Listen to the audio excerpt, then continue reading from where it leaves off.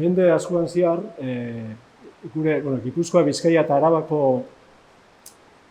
armarriak ematean eskuduntza edo eskumena izan da arma erregearena, Espainiako arma erregearena. Eta berak baten batek beharra zeukanean, armarri baten beharra, berak zeukan emateko eskumen hori.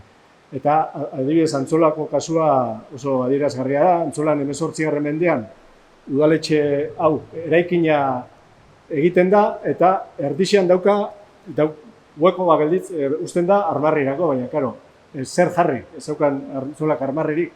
Orduan, joan ziren Madrila, hango erregaren funtzionarioa zen arma erregaren gana, eskatzea armarri bat. Eta arek zela funtzionatzen zegoen, oso ilustratiboa hartzen zegoen, eta herri honek, galdetzen zegoen, herri honek zedauka zerbait kontatzeko, epikoa, eta Antzolak ez zeukan, bere kurrikulunean ez zeukan ezer, orduan,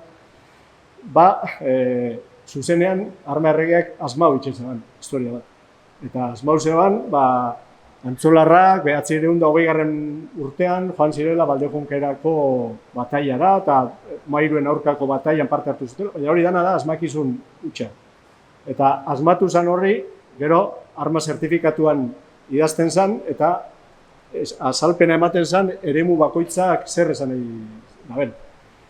Eta orduan, gero zertifikatu hori alardea egiten hasi zanean, da arma erregeak asmautako historia hori errepresentatzen hasten da alardean bidez.